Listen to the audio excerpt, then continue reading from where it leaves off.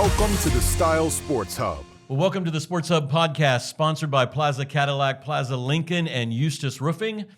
My name's Scott Chevalier, and you may be at home today thinking about, I should get out and run more, I should do more workouts, I should get myself more disciplined.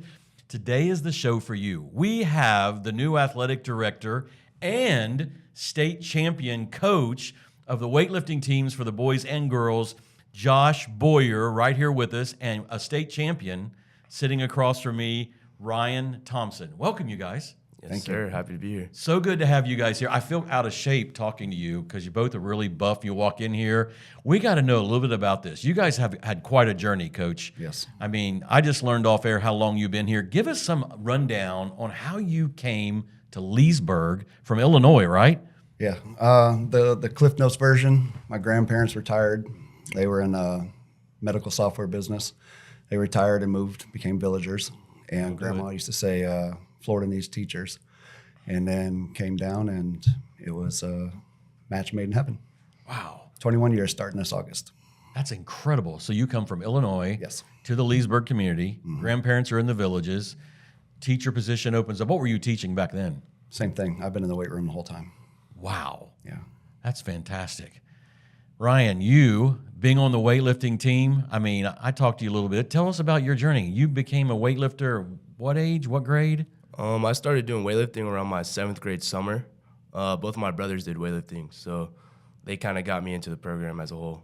Were they both at Leesburg? They were. Wow. So they've been under this guy the entire time. Coach, I mean, you've been been doing this job, weightlifting, and now athletic director. Yes. How does that fit in? Do you see that as going to be challenging, or are you excited about the new role? How do you see both those playing together? Well, I'm absolutely excited about it. But it boils down to everything else, like I talk with the kids about, balance. You know, when we have balance figured out in all the areas of our life, then nothing gets neglected, nothing suffers. And it's just going to be a matter of me finding that balance and taking on this new role and not letting my weightlifting programs be neglected in the process. So the way we train, the way we do things, I don't think that it will, to be quite honest. You know, we train a particular way, particular time frame, and it should not interfere.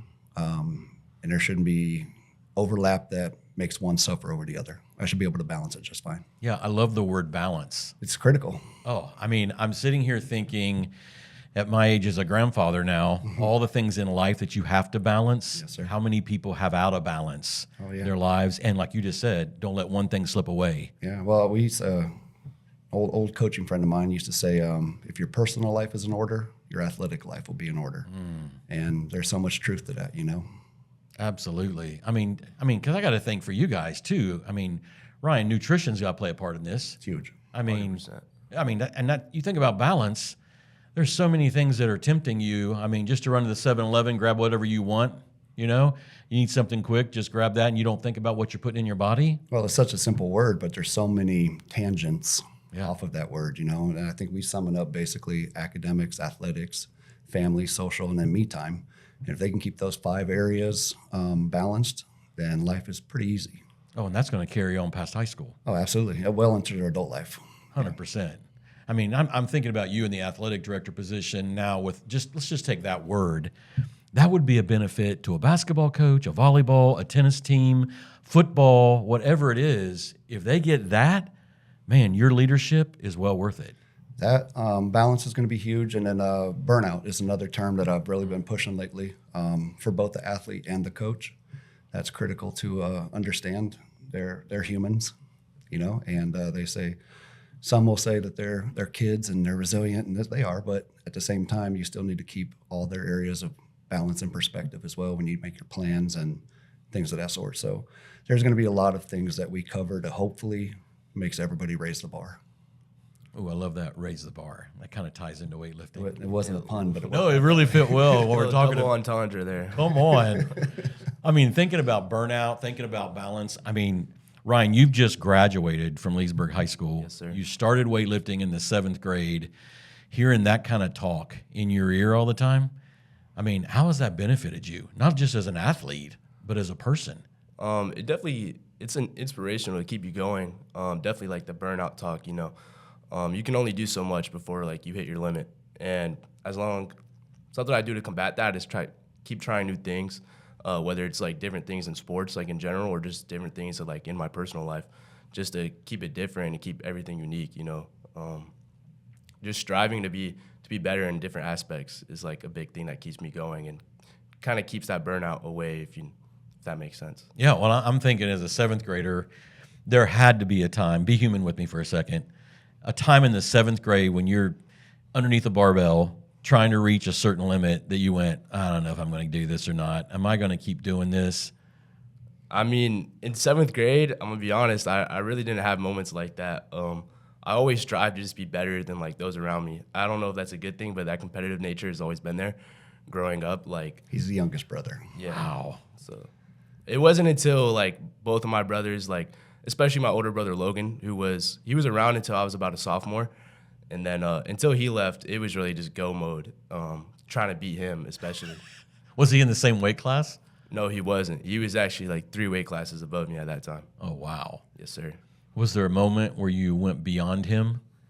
Maybe in your bench? Not until he left that I started pushing past his numbers, but I did. By my junior year, I was breaking his records and breaking his numbers. But yeah. How fast did it take you to call him after that? He kind of just knew. I'd post it. I tag him. You know, he knew what it was about. So, Man, that's fantastic. I mean, is that the type of thing, Coach, that you have? I mean, you think about weightlifting in practice schedule, okay? You think about football. Football's going to go out there. They're going to stretch, do some calisthenics. Then they're going to break up new drills. What's a weightlifting practice like? What's it look like? So ours is broken up into 5 blocks. Block 1 is our dynamic flex and hip mobility, shoulders, things of that sort, prep the body for it. Block 2 is our Olympic, how we break up our Olympic movements for that day. Block 3 is our absolute strength. So we're talking about our squats and our dynamic and absolute bench should be worked in there every once in a while. Block 4 is our accessories. It's either Olympic or strength accessory. Depending if we need to polish something related to the Olympic lifts or we need to focus on strength for that particular block of time, not just that day, but like within a stretch of weeks. And then 5 is what we call our core and prehab. And that's where we get a lot of work done, a lot of time under tension, in as little time as possible. Block 5 is not fun, but we have to finish. We have to finish with it, and we get a lot of work done in that block. So you said a phrase there, time under tension. It's probably the most underused term that is so critically important to actually developing athletes. You have to adopt time under tension. You have to. And is some of that, I mean, them holding a weight, maybe not doing necessarily the bench, but holding the weight, are you trying to make the muscle work a little harder than it? So yeah, there's a lot rep. of principles that you can tie that into. Time under tension is in reference to quality reps, set amount of total volume within a shorter time, but not sloppy. We don't do sloppy. Like you have to be very technical with the Olympic lifts. Snatch, clean and jerk, you have to. So a lot of these things are taught slowly at first, and then we steadily pick up the pace until they can get that volume of work done within a time frame. But it's quality work. Yeah, so you use that phrase. I mean, a quality rep, I heard you just say. Because, I mean, let's just face it. How many times do you go to one of these gyms and you see somebody over there in front of the mirror and they're on the curl machine and you see them just bouncing their arms up? Well, they're training for different things. I mean, you got to think as a coach in doing this type of thing. I mean, what you're trying to balance in an athlete, because you know the end game. Where you're taking a guy like Ryan to compete is not in front of a mirror. You're doing something. I mean, that muscle that's being really pushed and stretched, and you're getting the best out of him as an athlete. That's got to be really happening in your day-to-day routine and mindset like you're talking about. Well, yeah. I mean, every day builds into the next. It's one grand master plan where the whole point is to peak at state. You want them to be at their very best at state. So what they look like in the off season, that's great. It's all part of the process. What they look like during the course of the regular season is fine. But like I've said in a previous podcast, the special ones, and Ryan will attest to this, the special ones are the ones that understand the length of time necessary beyond the regular season. That's any sport.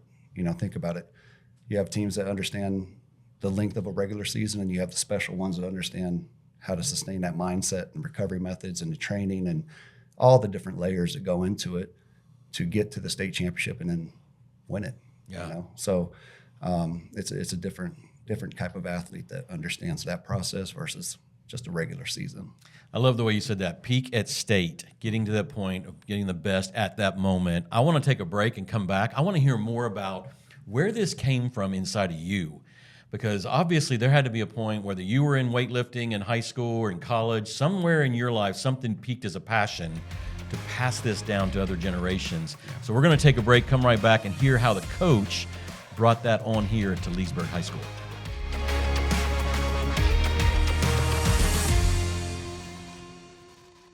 Orlando homeowners, are you avoiding replacing your roof because of the cost? If you're nodding yes, you're not alone.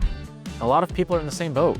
That's why we offer several financing options to suit your needs. At Eustis Roofing, we take the time to walk through your situation, answer your questions, and find a plan that works for your needs. No pressure, no runaround, just real solutions so you can take care of your home. If your roof needs attention, let's talk. We're here to help. Welcome back. We're talking to Coach Josh Boyer from Leesburg High School, now the athletic director also. And I mean, guys, I don't know if you can see the bling at the table, but this is state championship. I should say it that way, Coach. I should introduce you by going state championship, or I should say repeat state championship, because it just keeps happening.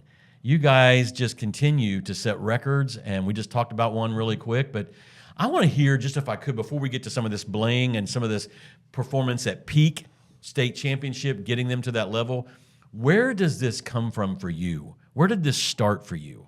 It's a great question. I think it's a culmination of a lot of things throughout life, you know. When I was in high school and played ball, I was fortunate to have some really good weight room guys, coaches, you know.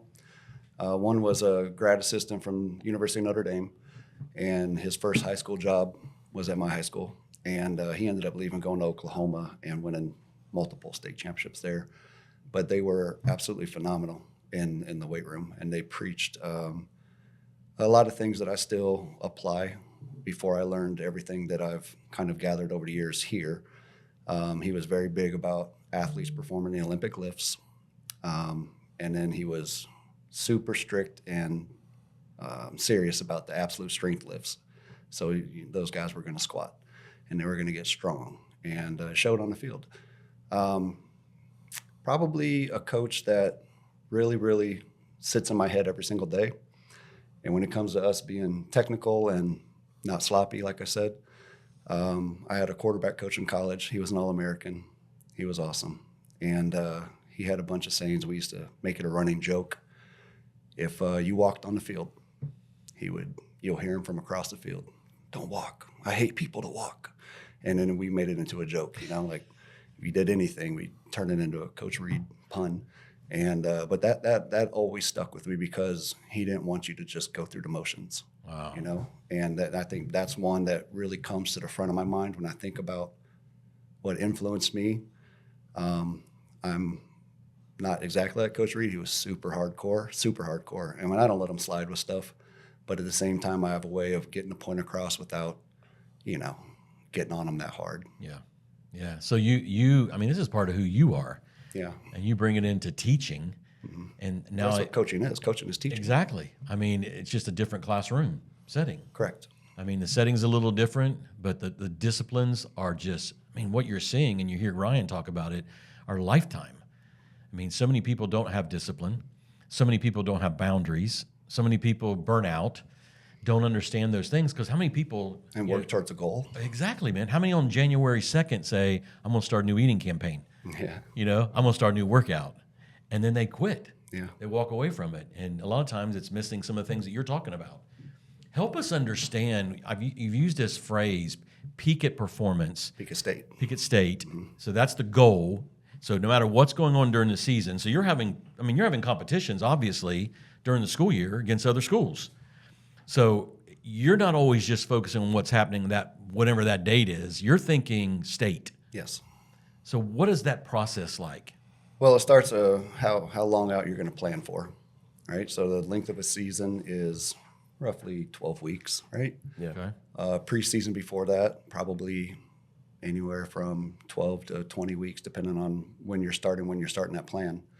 And you go through these chunks of time. Usually how I do it's like three months. So we're talking about 12-week blocks. And we'll do 3 12-week blocks. But that 36th week is state. So everything's going to be reverse engineered from state so that by the time we get to that last week and we taper a certain way, how we run our numbers leading up to it so that they're fresh and they just move that bar like they're supposed to, everything falls into place. So it's a lot of science, but there's definitely an art to it as well because you have to be able to read a room, you know? You got to be able to know your kids, read their body language when they come in the room. If you have to scrap your plans for the day, you better have a plan B, you know? But reading the room is critical for like the success of a team, a coach, and a program, you know? There's a lot that goes into it, but that's one little thing you have to be able to read. Like maybe, say we come into the weight room, okay? And I've got 40 kids in there, and 2 of them just look terrible. The bar's sloppy, they're just not moving well, right? I think it's something that they didn't do correct, okay?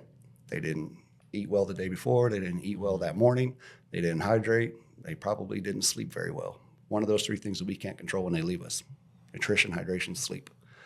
If I come into the room and half of my room looks terrible, I blame myself. I've been too hard on them, and I didn't allow them to recover properly before the next day. Wow. So not every day is about just beating them into the ground and running them ragged. It is a scaffolding system that we build from one day to the next. So if I read the room that way, I blame myself. If I have 1 or 2 kids, a few, then it's something they didn't do properly in their recovery at home. Wow. So you're evaluating Every day. When is weightlifting? We don't really stop, to be honest. I mean, because they do off-season stuff through AAU. We got a kid at Nationals right now, Gage Anderson. He's up in It's a dog. Yeah, so he should have a fantastic session on Wednesday. He's there with our friends from Flagler, and I mean, we train year round, we compete year round, you know. So they're coming into the weightlifting, practice, however we want to call it, time, and you're evaluating who they are as people right now. You're watching technique. You're watching to see what you think's happened in their life. When you're saying reading a room, there's more than hey, they were able to get those reps in. You're watching body language, everything. And, you know, just attitude. Sometimes some kids don't come in with a good attitude. We got to find something to change it. Change the song on the radio or something and spark a whole new outlook. And it's amazing what music can do. We have a young lady down in Puerto Rico right now. She just made world championships. She'll be in Turkey in October. First world championships for her. She should do fantastic. She's amazing. She was a state record holder last year. Wow. And she still holds it. Nobody broke it this year. So she's phenomenal. I mean, we've had a ton, you know, and I just think definitely doing some things right. My kids stay healthy. You know, that's one of my mentors. Another one that always comes to the front of my mind. He has a saying where he says we're writing checks with our athletes' bodies that they have to cash at a later date. And when you understand that statement, you'll understand how to program better and take care of your athletes better. That's a great, say that statement again. We are writing checks with our athletes' bodies that they have to cash at a later date. Wow. So when we, you know, like there's some coaches in this country that just tear kids up, you know, and then they have to take those injuries and ailments into their adult life, and it affects them. I'm very, very serious about that, you know. If you're not feeling good that day or something's off, like, we'll lay off. I mean, it is not worth it to me. I'd rather you be able to play with your kids in the yard when you're 35, 40 years old, right? You know, versus some moment of glory in high school. It's not worth it to me. So I want all my athletes to be safe. I want to take care of them all. I want them to be healthy in their adult life. And all these lessons, they'll figure it out someday. They'll realize what they've learned, you know? Man. Yeah, especially in a sport like weightlifting, it's so hard on your body. You put so much tension on like lower back, your knees. Those are the 2 main big ones that you see in a lot of athletes in the weightlifting team. And it's just like, it just compounds over time. And if you're not recovering completely, then it's just going to get worse and worse. So definitely good coaching on that is what keeps us in shape. I mean, tell us, you just said a few minutes ago, what was your squat? 535. 535 pounds. Yes, sir. Full depth. Full depth, yeah. No quarter squats. No quarter squats. And you plan to be walking when you're 40, right? I hope so. So, because you're learning process. Yes, sir. What he just said. That's a powerful thing to think about, because I'm thinking about 535 pounds. That's a lot of weight. Just standing up on the racks with it. Oh, my gosh. Bar bending, it's real. That's a lot of weight on a young man. And so I want to go back to you, okay? 7th grade. Mm-hmm. Were you eating right in the 7th grade? I would say I was. By gosh. 7th, 8th grade, I started to focus on my diet a lot more. Just focus on nutrition, getting my protein. That was the main thing. That was the main focus up until about my sophomore year, when I learned about the use of carbs. I wasn't really focusing on carbs back then. I was just eating whatever, but carbs is what fuels your body, and it's not all just the protein that you're getting. You need carbs to have good sessions in a workout and a recovery too. So that was another big thing that came in later. So I want to take a break. I want to come back. I want to talk about your workout sessions, but I want to talk about diet, because I'm sure there's a lot of people right now listening. Because I'm sitting here at my age, I ain't going to mention it, a little bit older, thinking about, okay, is it too late for a guy my age? It's never too late to do what you're talking about. I would love to be the guy in the 60s who's in shape, that kind of grandpa, So when Arthur wants thrown up in the air, put him on the shoulder, let's go, boy. Yep. And not go, oh, gosh, I got to pick him up. He's 31 pounds. You see what I'm saying? Let's come back after this break, talk about that. I want to hear about nutrition, hear about what we can do as listeners to become better in life, too. So we'll be right back.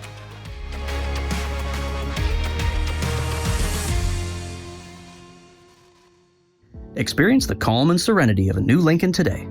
With over 100 new Lincolns in stock, you're sure to find one you love and enjoy financing offers as low as 0%. Or take advantage of attractive offers totaling over $5,000 on our best-selling Corsair and Nautilus, the 25 Motor Trend SUV of the year. We also offer a huge selection of locally owned certified Lincolns with a 6-year, 100,000-mile warranty. Plaza Lincoln, across from the Leesburg Airport. Our drive to be the best starts with you. Welcome back to the SportsHub Podcast. I don't know if you're feeling guilty yet. Maybe you quit, and maybe it's, we're halfway through the year, and you're thinking, I started January 2nd. I'm not going back to the gym. You're motivating me, Coach. Ryan, you are motivating me. To hear you guys talk, and I watch your body language when you talk. I think that's what's impressive. You're not joking around. You're so serious about some of the things the coach is talking about. I can tell when he's talking about it. It's almost like you're going, oh, yeah, that's part of who I am. So we've been talking about nutrition, and proteins and carbs. And I love what you talk about being, I'm going to probably say it wrong, but peaking at state. I say it this way. You start with the end in mind. Yeah. I do that in everything in my life. You start with the end in mind. If I'm going to put a fence up in a pasture, how I want to look. I'm going to start that point. What's nutrition look like for you, Ryan? What are you thinking about? What's a daily or weekly routine for you and your protein and carbs? Well, during season, it really depends on how where you stand in your weight class, really, because you do have to stay in those parameters. But I usually stayed on the lower end of my weight class, so it was really as much as I can get in the given day. So I would wake up, eat a strong breakfast, something to fuel me through the day. What's a strong breakfast? Strong breakfast for me is it's mainly carb heavy. So whatever it is that day, whether it's a rice cake and yogurt or just oatmeal, just something to sustain me until lunch. And then lunch is where I start to get my protein counter in, high protein lunch, still carbs, because we don't train till later in the day, 7th period. And then dinner is really where I hit it heavy. Some nights I do 2 dinners, whether it's one at 7 and then one at 9 before I go to bed. But again, it's just mainly protein heavy later in the day, just because you don't need those carbs to sustain you throughout the night. You're not doing as much strenuous activity as you would earlier in the morning towards the midday. And then whether it's steak, chicken, and then just rice. Normally with me, it's just rice. Wow. So you're at school. Well, let's just talk about that. What do you get in the cafeteria that's going to take you from lunch up to 7th period? Well, whatever it is in the cafeteria, it's usually 3 of them. So I have couple lunches. Whether my friends, they don't really eat lunch, but whatever really it is that they're giving me, I'm gonna eat it, and that's fuel that I need throughout the day. And then I also bring some supplements, I'll bring some protein shakes to school, or some fast acting carbs, whether that's another rice cake or something like that, just to get me through the day. Okay, all right. So weight class, what's your weight class? This year I lifted in the 199 weight class. So 199 is the upper end. That's the highest I could be. But I usually stayed around like 193, 192. And where's the beginning of that weight class? It starts, so it's after the 183 weight class. So 183.1 and above, that's To 199. to 199, yes, sir. And you were state champion. Yes, sir. And what was your, I guess I'd say, the category that you're state champion? Is that overall, or how? Well, I was state champion in the Olympic category, and then I took runner-up in the traditional category. Traditional is bench and clean and jerk, and then our Olympic category would be snatch and clean and jerk. Okay. Yes, sir. And did you know the students you were up against in those qualifying for state? I had lifted against them some of them for a couple years now. You tend to get a feel of like going to bigger meets like Sewanee. You get a feel of who's in your weight class, and at the end of the day, who's competition and who's not. So I really got a feel for that. And I mean, I don't want to say it like that, but it wasn't that much comp this year at states. But there was a few slip-ups that I did injure myself slightly on snatch, and snatches before clean and jerk. So that was another slip-up or something that could have hindered me from winning states, or could have altered my total enough for me to drop a few places. Wow. So you said you injured yourself. What type of injury are we talking about? On my last snatch, my elbow kind of gave out. I kind of tweaked my elbow. It was the state record that I was attempting. Stood up with it, and then the elbow just gave out, and I dropped it backwards. Ended up missing it. That was 285 on the snatch. Wow. Yes, sir. It's a heart-stopping moment right there, because you know how hard this kid's worked. He was a 2-time state runner-up before this. I mean, he was on several state championship teams, and that third, of course you want your kids. He's capable. He's not like it's a shot in the dark, like fantasy lift. He's definitely capable of that state record. And it was right there. And in the last moment, he lost it behind, and I'm so thankful that it wasn't, because he walked off the platform, and I remember going right up to him, and my heart was like in my stomach, and I'm like, oh, this kid, this can't be it for him, But no, I mean, he had plenty left in the tank. We put a little tape on it to give it some pressure on that UCL, and that's what I was worried. When a lifter misses a lift behind, and the elbow moves in an awkward way, you always worry about that UCL right there at the elbow, and that's when I was like holding my breath, like, please do not be injured. Wow. Because I didn't want him to go out like that. I don't want anybody to get hurt. We talked about that a second ago, but I mean, especially a kid that's at the top of his game. Exactly. And your last year. Yeah. Yes, sir. Yeah. So you're wearing, is this part of this past year? Not yet. Yeah. I have the one from last year and then the one from 2 years ago when I was a sophomore. So you're still waiting for a ring? I'm still getting my third one, yes, sir.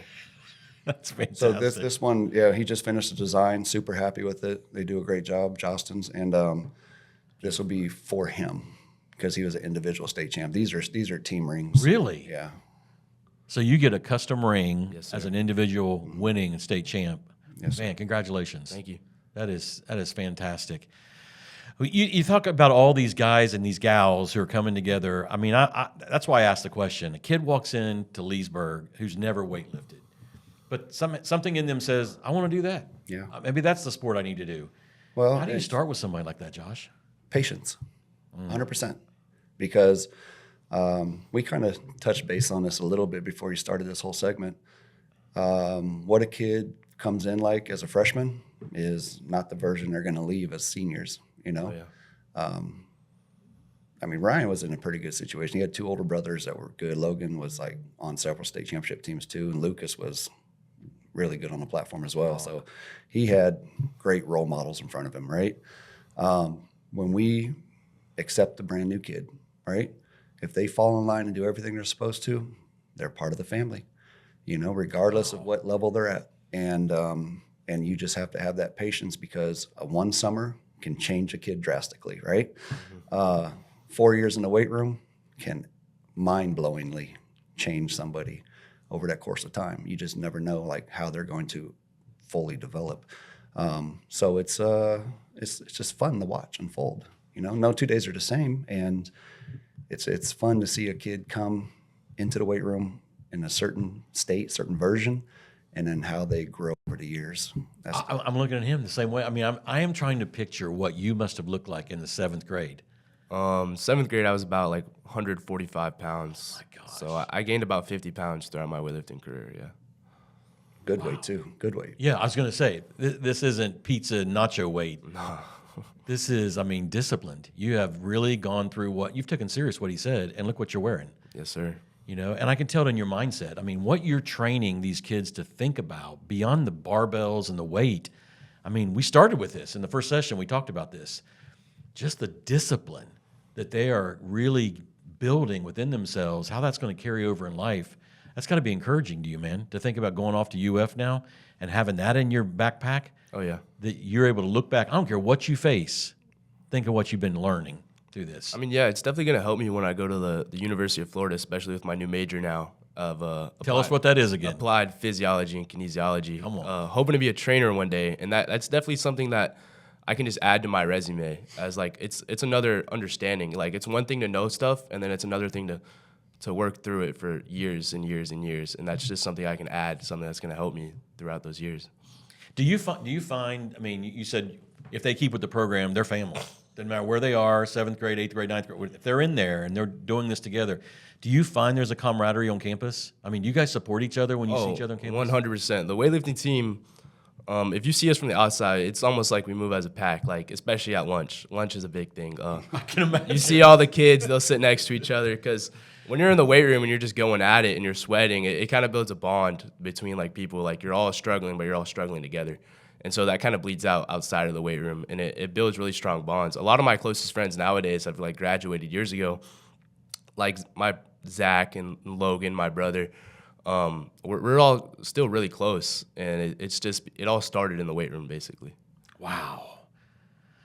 I asked you kind of jokingly when you came in here, I said, how often does the football coach call you and say, hey, he'd be a great linebacker right there? Yeah. That has to happen quite a bit to see the discipline these guys have It's put in. happened over the years. Yeah, absolutely. Do you help them with technique on weightlifting, guys who are on the football team and other sports, to do it right? We've gotten a couple more football players over the years, but all of our state championships were won without football players. The kids come in, they buy in, and the team, I'm proud of all of the teams, but that 23 team is always going to hold a special place in my heart because when we changed the way that we train, one, it took less time, more time under tension, a lot more things in that regard, and they really set the tone to show that it was possible to do more in less time.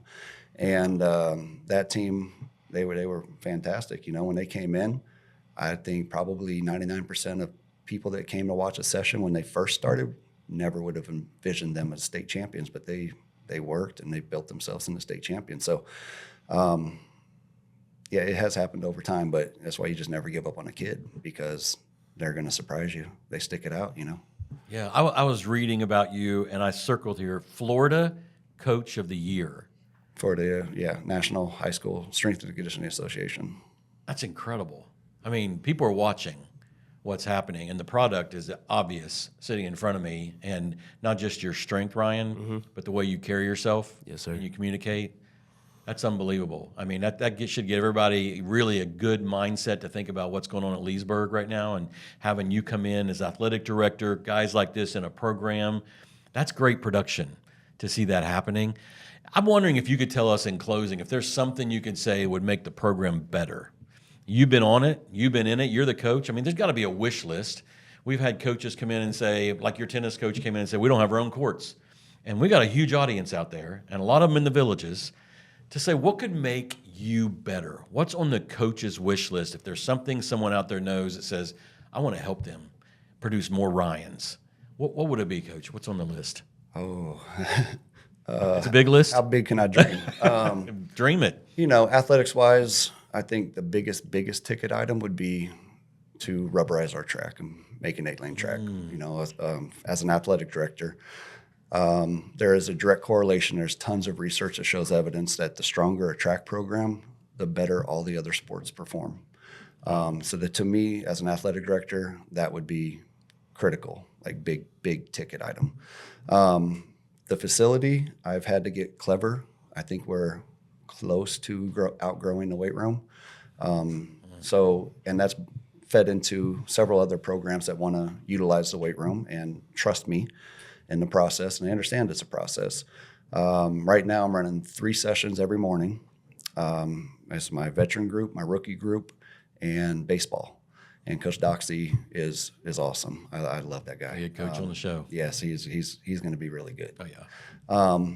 And those kids are moving, and they're moving well, you know, and they're picking things up. And once they have movement patterns down, then we can start applying pressure and building strength and explosiveness that translates directly to their sport. We have a weight room schedule this year where 1, 2, 3, 4, 5, 7 sports are utilizing the weight room throughout the day. And that is a contrast to what it has been in years prior, where it was mainly weightlifting and football. So a lot of sports understand, you know, and that is critical to our success overall as an athletic department moving forward. And the list is there. Yes. But you have, like you said, the end in mind. You're thinking about the end in mind. You're thinking about, like you said, the rubberized track. I was not expecting you to say that, but I love how you thought through that. Yeah. I mean, there's a direct correlation to the success of a high-performing track program to, you know, other sports. Wow. Have you given any research into what that would cost on a Leesburg field? Like I said, that's the big ticket item, and it's nothing that's going to happen overnight. I know that. Yeah. But that's always going to be, as AD, my number one wish list item. Got it. Otherwise, you know, we do really well. I mean, our facilities they're nice, and as long as we keep getting kids excited coming out and developing our talent, our homegrown talent, that's the key word there. There's plenty of talent in Leesburg. We just have to keep it and develop it. We're going to be just fine. Wow. Congratulations. Yes, sir. On the new position. Man, I love the fact that you're in that position talking like you're talking, because that's going to impact every sport. And it already is, by the people going in the weight room and realizing that is so important for them being successful in whatever the sport is. Ryan, I am so thankful for you, dude. I am so excited for what's coming for you in your freshman year of college. Good luck to you. I mean, what you've learned, what you've accomplished at the state level. Coach, I wish you guys all the best in continuing developing young men and young women to be the best they can be. You may be out there and feeling like I gave up, but these guys should motivate you. Get up today, think about diet, think about discipline, and get up there one more time, give it another shot so that you can become the best version of who you are. He said it. You start with the end in mind. Where you want to be is not where you are today. So maybe today's your day. We'll see you next time. This has been the Style Sports Hub.